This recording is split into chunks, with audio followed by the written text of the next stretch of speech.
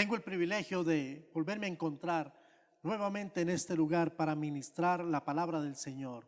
Este es un privilegio definitivamente de parte de Dios, y usted que tiene la bendición de estar en su casa conectado para dejarse ministrar. Solamente Dios nos da estos excelentes privilegios. Quisiera iniciar con una oración, quisiera bendecirle y quisiera pedir que usted pueda estar atento, más bien que el Espíritu Santo nos dé la linda bendición de estar atentos, no aceptar ningún tipo de distractor mientras podemos captar cada una de las bendiciones que el Señor tiene para nosotros en esta hermosa mañana. Vamos a orar. Bendito Dios, quiero darte gracias por la oportunidad que me das de ministrar tu palabra. No tenemos la oportunidad de estar juntos en este recinto, en este templo, en tu casa, pero sí podemos estar conectados a través del poder del Espíritu Santo, que nos recuerda que somos uno en espíritu y en verdad. Señor, muchas gracias por ser nuestro Dios. Toma por favor este tiempo y ministra a tu iglesia, ministra a este rebaño, a esta manada preciosa, y háblales como solo tú les puedes hablar. Y mientras lo haces, ministra también mi vida y mi corazón. La honra, Padre, es para ti, la gloria absolutamente para ti. Oramos en el poder del Espíritu Santo y en el nombre de Cristo Jesús, nuestro Señor y Salvador. Amén y amén. Muy bien, para esta mañana vamos a estar reflexionando sobre una historia.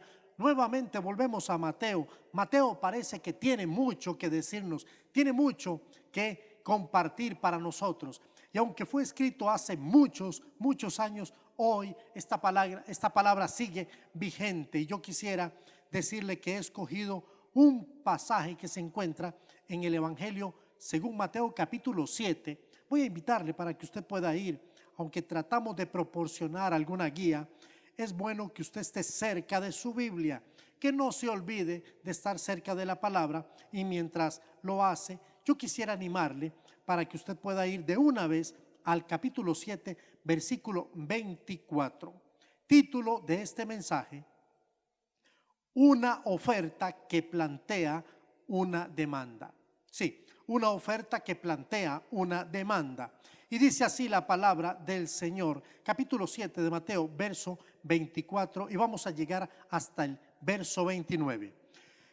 Cualquiera pues que me oye estas palabras y las hace, le compararé a un hombre prudente que edificó su casa sobre la roca. Descendió lluvia y vinieron ríos y soplaron vientos y golpearon contra aquella casa y no cayó, porque estaba fundada sobre la roca. Pero cualquiera que me oye estas palabras y no las hace, le compararé a un hombre insensato que edificó su casa sobre la arena. Y descendió lluvia y vinieron ríos y soplaron vientos y dieron con ímpetu contra aquella casa y cayó, y fue grande su ruina. Y cuando terminó Jesús estas palabras, la gente se admiraba de su doctrina, porque les enseñaba como quien tiene autoridad y no como los escribas. Esta famosa parábola, esta famosa historia contada por el mismo Señor Jesucristo, es la historia que habla de dos constructores. Sí, y precisamente está poniendo fin al famoso Sermón del Monte, que comenzó en el capítulo 5 con las bienaventuranzas.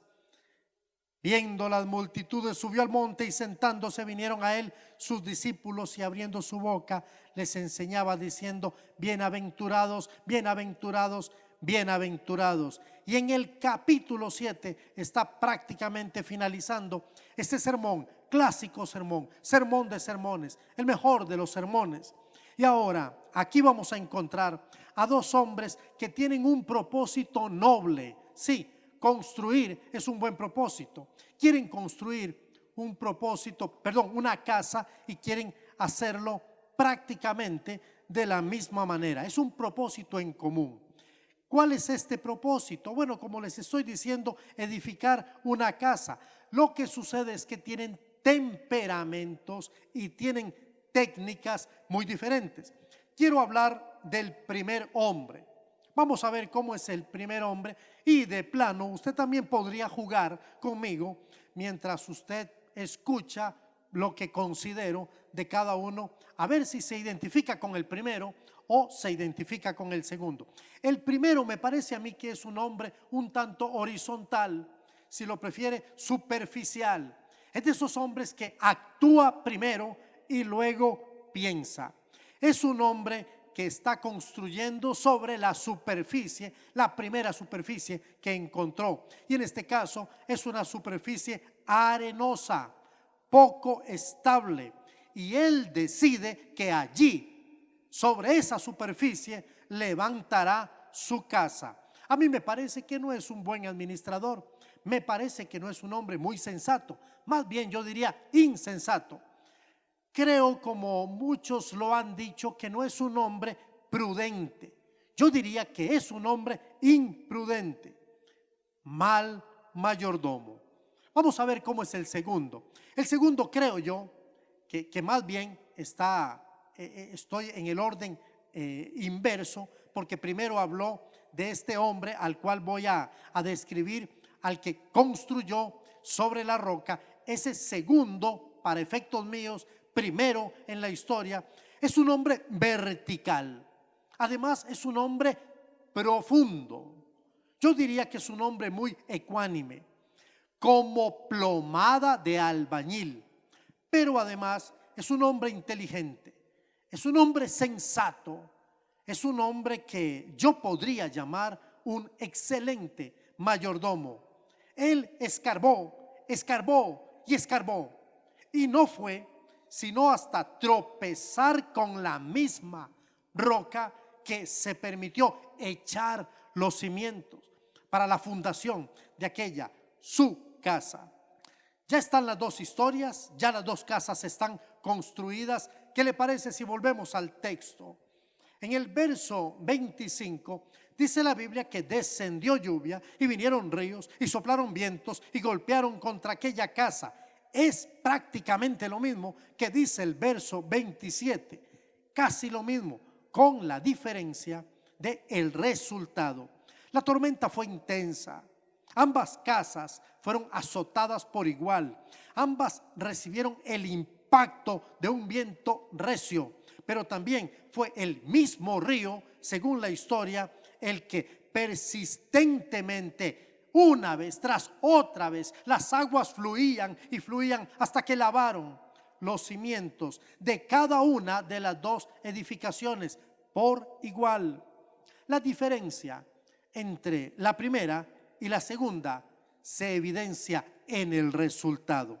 La casa que fue edificada sobre la arena, que es la que se nos narra en segundo lugar, ahora solamente quedan escombros, solamente quedan ruinas. Qué lamentable, qué pena, si usted me permite decirlo de esta manera. Pero en el primer relato, o sea, la casa que fue construida por aquel hombre que dije que era plomada de albañil, un hombre sensato, un hombre prudente, esa casa, cuando termina la historia, todavía la casa permanece y permanece inconmovible. Ahora vamos a tratar de estudiar este pasaje, vamos a tratar de ver esta parábola, pero tratando de pensar en estas dos palabras claves que intenté colocar en el título. Una oferta que plantea una demanda. Entonces piensa en estas dos palabras, oferta y demanda. Y es eso lo que precisamente nos explica el Evangelio. El Evangelio ofrece al hombre, pero no solamente al hombre, sino que a la humanidad. El Evangelio le ofrece algo. Sí, el Evangelio le ofrece algo al hombre. El Evangelio, que es la buena noticia, le ofrece algo a la humanidad y le ofrece algo a la familia y le ofrece algo a las parejas y le ofrece algo a los jóvenes, a las señoritas y a los niños. Pero el evangelio también demanda algo del hombre, algo de las parejas, algo de los jóvenes, algo de las señoritas y por supuesto algo de los niños. Analicemos en qué consiste esta ley que yo identifico como una ley de oferta y demanda. Quiero hablar primeramente de la parte que me gusta, la ley de la oferta. ¿Por qué el evangelio es una ley y por qué el evangelio es la ley de la oferta? La parábola nos enseña que el evangelio es la oferta más grande, escuche, más grande que la historia de la humanidad ha recibido a lo largo de toda su historia.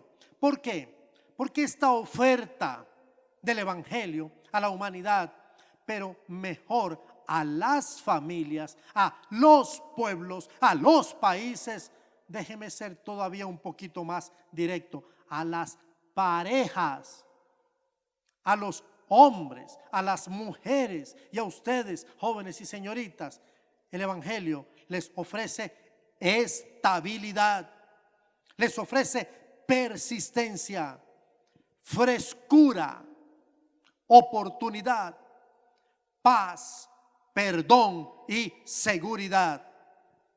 Seguridad, pero no de que no habrá tormenta. A veces confundimos.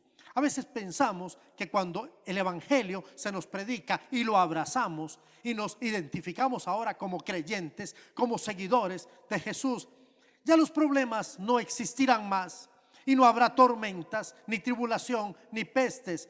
No estoy diciendo eso. Creo que la Biblia no está diciendo eso. Creo que el texto no está diciendo eso. El texto está diciendo claramente en su verso 25 y 27 para el primer constructor y el segundo constructor que hubo tormenta, que el viento golpeó con ímpetu contra cada edificación, que los ríos vinieron y lavaron los cimientos. Entonces, todo esto que nos ofrece el evangelio como su oferta, paz, perdón, seguridad, no de que no habrá tormenta, pero sí de que a pesar y en medio de la tormenta Dios nos va a sostener. Si yo estuviera en su lugar, detrás de un dispositivo, ya yo habría dicho amén, gloria a Dios, aleluya. Ok, cuando hablamos de que nos sostendrá, la vida del cristiano tiene que ser descrita tal cual la Biblia la presenta. Y la vida del cristiano no está exenta. O sea, no significa que esto no va a aparecer en su vida. ¿Por qué? ¿Por qué no debería aparecer?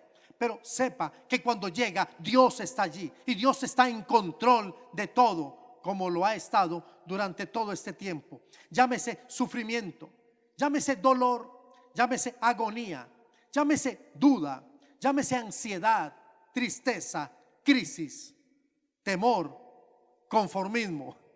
Pero en medio de todo esto y a pesar de todo esto, aquel que ha edificado su casa sobre Cristo, sobre la roca inamovible, ese tiene paz y tiene victoria.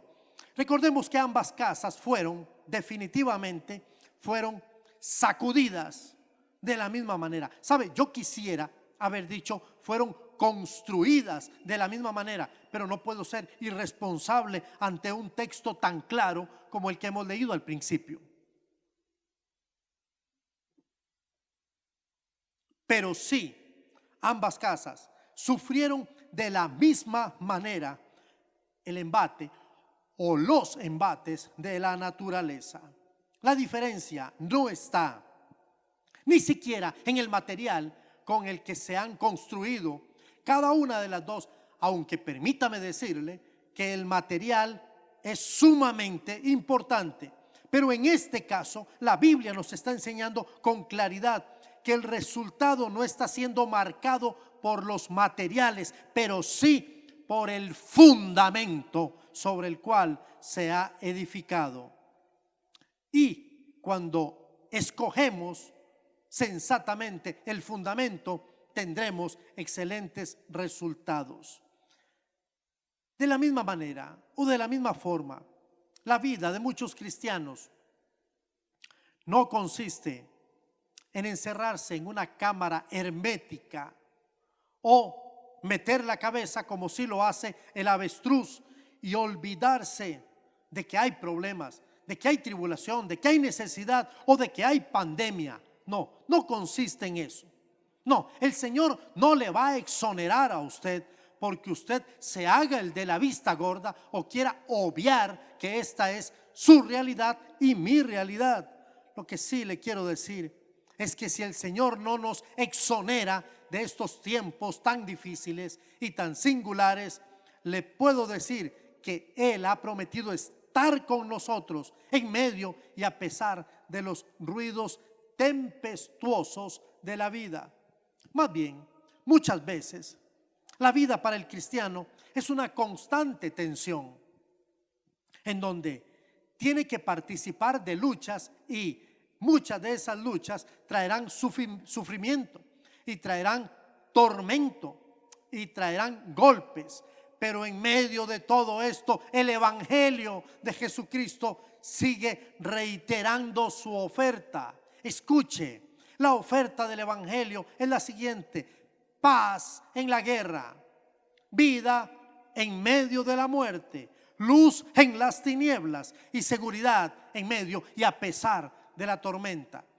Trae a mi mente el Señor el texto de Salmo 46:1, que dice: Dios es nuestro amparo y fortaleza, nuestro pronto auxilio en la tribulación.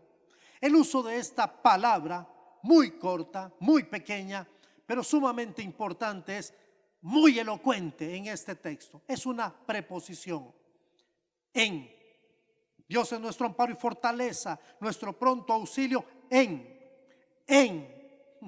Lo que nos enseña es que Dios es amparo, Dios es fortaleza y pronto auxilio. ¿Pero en dónde? ¿En qué momento? ¿En qué tiempo y espacio de nuestra vida? En las tribulaciones, dentro de las tribulaciones. La idea básica es que Dios no se ha comprometido a exonerarnos. ¿Por qué? Pero sí, aunque no nos exonera de la tribulación, Él promete y se compromete a estar con nosotros en medio de ella. En concreto, podríamos decir que la oferta que Cristo hace a los hombres es la siguiente. Le animaría a que preste atención. Cristo Jesús le da al hombre un fundamento firme, el cual es suficiente para poder edificar sobre él una vida. Escuche, vida, no dije casa, dije vida estable.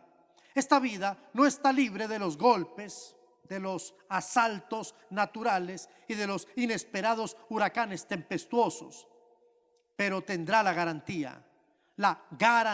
A mí me gusta esto de garantía, de que mantendrá su integridad y su firmeza a pesar de ellos. ¿Le gusta a usted esta palabra garantía? El Señor nos ha dado garantía. Sí, significa que si el producto salió malo, usted puede ir y puede reclamar. Y muchos lugares, como en el caso de mi Señor, dice: se lo devolvemos nuevo. Eso es garantía. Ahora déjeme hablarle un poquito de la ley de la demanda. La ley de la oferta es el Evangelio. Un Evangelio que nos promete, que nos da seguridad, que nos da paz en medio de las tristezas de la tribulación. Pero la ley de la demanda que Cristo hace es únicamente que el hombre acepte la oferta. ¿Escuchó? Ahora quiero que piense. La única demanda que Cristo está haciendo es que el hombre acepte la oferta. Es como que yo le diga a usted: tengo este producto para vendérselo, está sumamente barato. Este reloj es de última generación. Este reloj que está en el mercado hoy, se me ocurre, en unos 200,000 colones. Yo se lo estoy ofertando a usted. Se lo estoy dejando en 10,000 colones. Es el mismo reloj, no le estoy mintiendo. Esa es una oferta, esa es una ganga, que es lo único que tiene que hacer usted.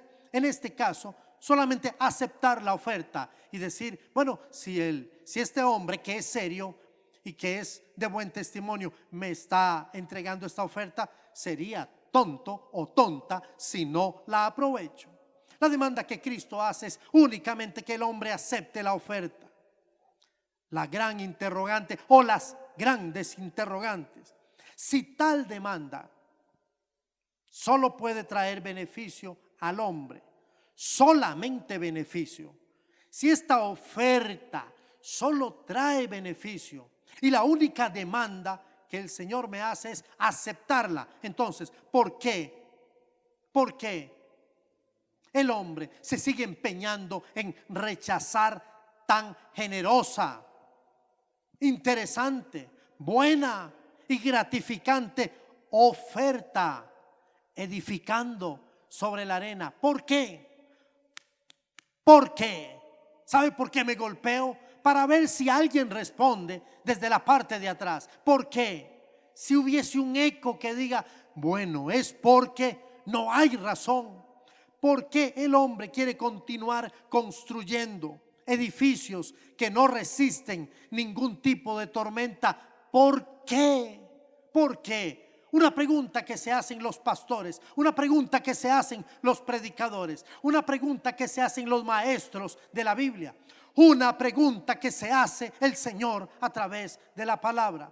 ¿Por qué los hogares? ¿Por qué las vidas? ¿Por qué los negocios? ¿Por qué culturas enteras? ¿Por qué sistemas de economía? Comunidades enteras se levantan sobre la arena cuando se les brinda la oportunidad de poder tener un fundamento firme, sólido, compacto y macizo. ¿Por qué? ¿Por qué? Porque la respuesta la encontramos en un principio elemental de arquitectura. Ese principio dice de la siguiente manera: los cimientos de una casa determinan su forma. ¿Qué significa? Dependiendo de la forma que tenga el fundamento, dependiendo de la forma que tengan los cimientos, la fundación de la casa, del edificio, así será su forma. Viéndolo desde este punto de vista, nos damos cuenta que el hombre no quiere aceptar el fundamento que Cristo le brinda, porque esto le obligaría a hacer la casa como el fundamento lo exige o lo indica. O sea, si Cristo es el fundamento, entonces la casa, la edificación, el edificio que se construye debe tener la forma de Cristo. Aquí es donde está el problema. Aquí es donde está el meollo del asunto. Porque resulta que el hombre desea hacer su casa, su edificación, su matrimonio, su relación, su proyecto de vida, su profesión, como a él le parece correcto. ¿Usted pensó que yo iba a decir como a él le da la gana? No, no lo voy a decir. Pablo entendió perfectamente bien este principio y entonces sentenció a los corintios cuando le dijo: porque nadie puede poner otro fundamento que el que está puesto, el cual es Jesucristo. Pablo dijo: cuidado con poner otro fundamento. Claro, eso lo dijo aproximadamente hace 2000 años. A lo mejor se nos ha ido olvidando un poco. El credo de la iglesia primitiva se resumía en 2 palabras: su declaración de fe, la cual muchas de nuestras denominaciones hoy tenemos una, y por cierto, en muchos casos muy larga. Su credo, su declaración de fe, descansaba sobre 2 palabras: Jesucristo, Señor. Si el fundamento de la iglesia cristiana se levantó sobre un Jesús que es Señor, Espera un momentito. Es importante hablar de esta palabra. No estaba diciendo Jesucristo Salvador. ¿Sabe? Porque cuando una persona se está ahogando, cuando una persona tiene el agua hasta el cuello, cuando una persona ya ha tragado agua y le falta oxígeno y está desesperada, si el diablo mismo le dijera, ¿quieres que te salve?, diría sí. Y hasta diría espiritualmente, amén. Amén le dirían al diablo. Entonces aquí el tema no es Jesucristo Salvador. Aquí el tema y el credo descansaba en dos palabras: Jesucristo Señor. Y la palabra Señor significa dueño, uno que tiene poder y dominio total sobre otro. Si el fundamento de la iglesia cristiana se levantó sobre un Jesús que es Señor, la pregunta que hago es: ¿por qué nos cuesta y nos duele aceptar hoy funcionalmente en nuestras vidas que Jesucristo es, sea o deba ser el Señor de señores? Sencillamente porque aceptar el señorío de Cristo implica un acróstico muy interesante. El acróstico es orar, y yo le voy a decir y le voy a dar un valor a cada letra. La primera, obediencia. Aceptar a Jesús como Señor implica obediencia total a la palabra de Dios. Reconocimiento de su señorío en mi vida, en la vida de mi familia, en la vida de mis hijos, en la vida de lo que hago y de lo que soy.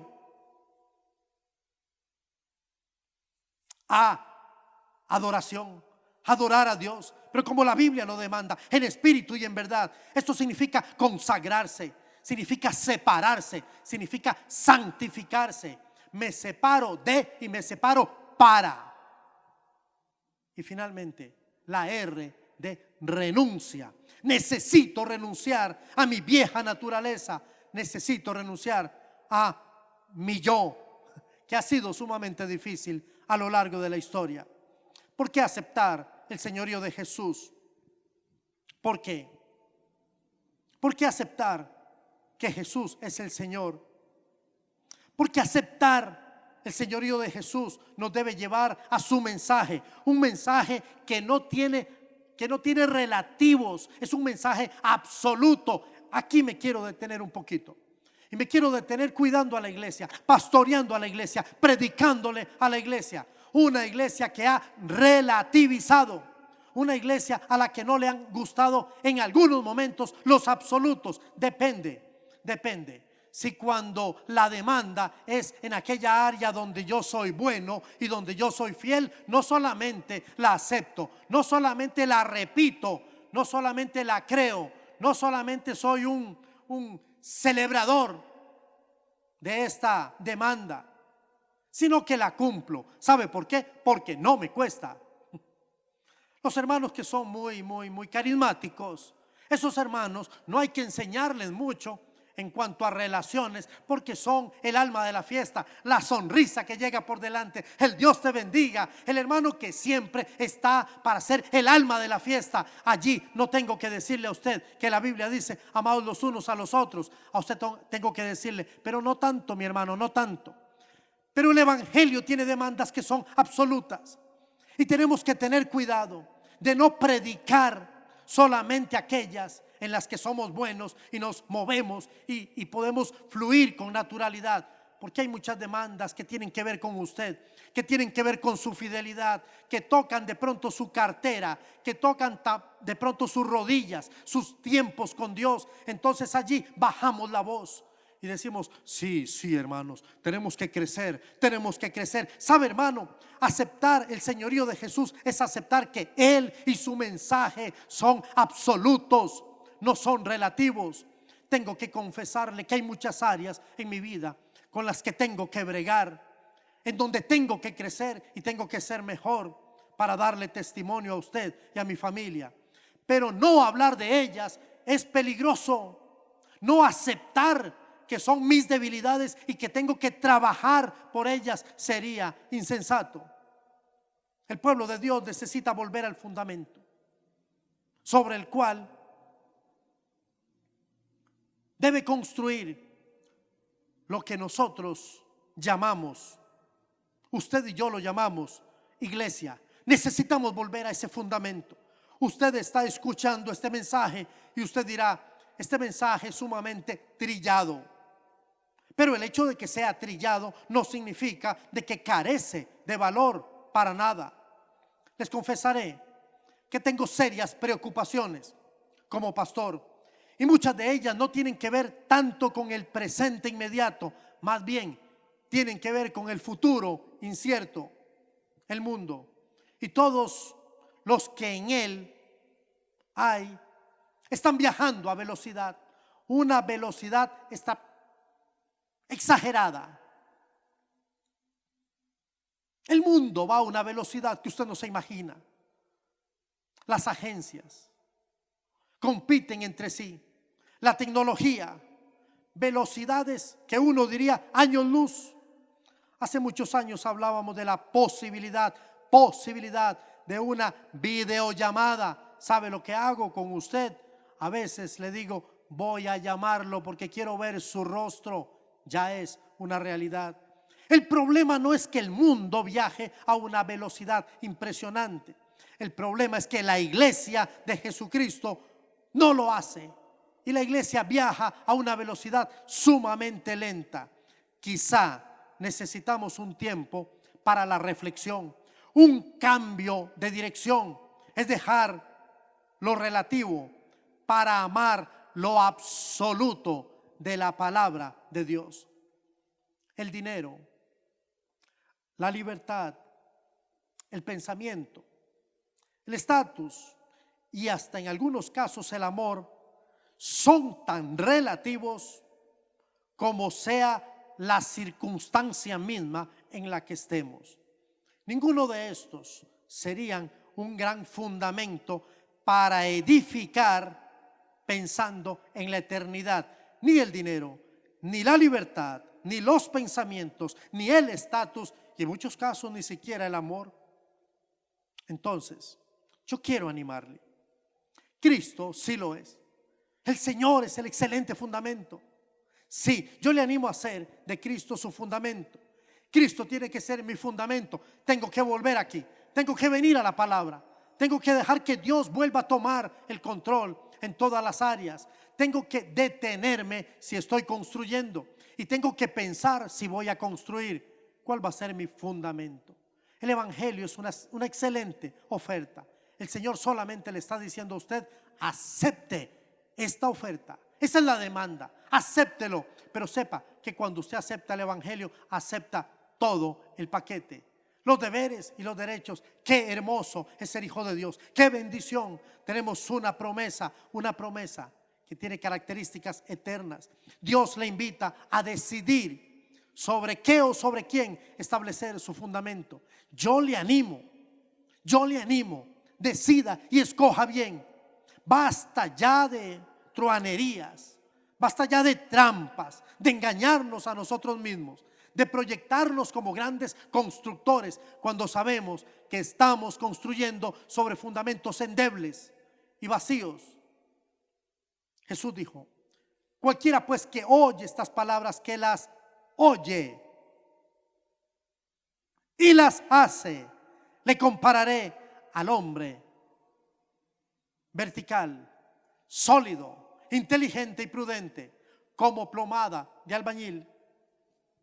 De la misma manera aludió aquel que oye estas palabras y no las hace. Fue grande su ruina. Quiero preguntarle, ¿qué va a hacer usted? ¿Qué quiere hacer usted? Todos estos días hemos estado hablando y hemos estado predicando la palabra de Dios. ¿Qué necesita usted? ¿Un poquito más de confrontación? ¿Verdad que la palabra ha sido suficientemente clara con usted? Y sabe, como pastor, yo quiero bendecirle. Yo quiero permitirme elevar una oración al Padre y que le pueda bendecir a usted, porque usted está tomando decisiones importantes. No juguemos más a la iglesia. No, ya ni siquiera podemos hacerlo bien. Antes por lo menos decíamos, hoy me levanto, me visto, voy al templo. y adoro a Dios. Hoy muchos son llevados por la tentación del enemigo y ni siquiera levantarnos temprano para estar juntos y escuchar este mensaje. ¿Sabe?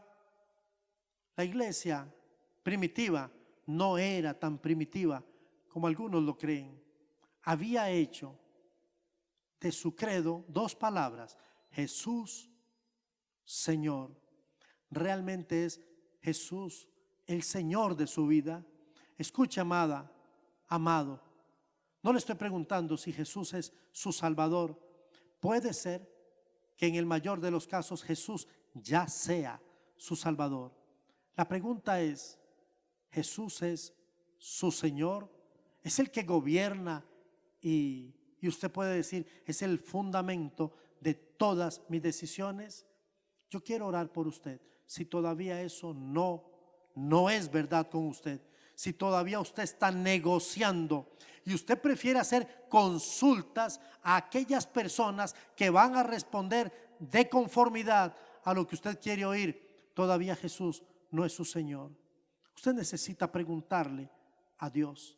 Usted necesita permitirle a Jesús que Él gobierne absolutamente su vida, su matrimonio, su familia. Y yo quiero orar por usted. Permítame orar. Padre, quiero darte la honra y la gloria. Quiero bendecirte y quiero alabarte porque hoy te has manifestado y tú sigues hablando a mi vida. Y yo quiero permitirte en este momento, sin fraudes, sin trampas, sin juegos tontos, yo quiero permitirte que seas Señor de mi vida. Sí, Padre, por favor. Tú enviaste a Jesús para que muriera en la cruz, para perdón de mis pecados, y lo has hecho, para darme salvación, y lo has hecho. Ahora tu iglesia necesita que tú seas el Señor, y cuando tú eres el Señor de una familia, los demás se dan cuenta. Y cuando tú eres el Señor de muchas familias, y cuando tú eres el Señor de una iglesia, y cuando tú eres el Señor de una nación, sabes, los demás se dan cuenta. Y yo quiero pedirte, por favor, que hables a cada hombre, cada mujer, cada joven, cada señorita, y que podamos tomar la decisión hoy de entregarte el señorío, sin excusas, sin pereza, a ti, al único y sabio Dios. Le pedimos, por favor, por el poder del Espíritu Santo, Jesús, sé nuestro Señor. Te lo rogamos y oramos en el nombre precioso de Cristo Jesús, nuestro Señor y Salvador. Amén y amén. Glorias sean dadas al nombre de nuestro Dios. A Él sea la honra, la gloria y el poder. Que el Señor bendiga a su iglesia y nos bendiga ricamente. Nos veremos, si Dios nos presta la vida, la próxima semana. Gloria a su nombre.